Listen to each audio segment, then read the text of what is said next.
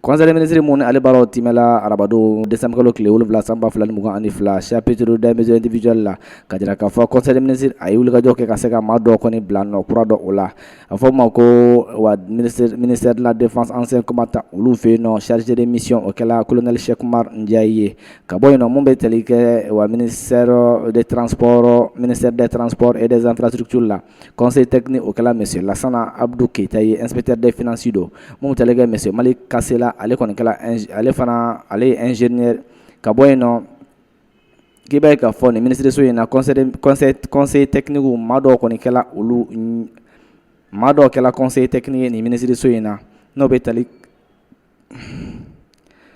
maa dɔw kɛla conseil des ministres ni ministre in na mun bɛ tali kɛ monsieur Lassana Abdou Keita la ale ye inspecteur des finances ale ni monsieur Malik Kassé ale ye ingénieur des constructions civiles ye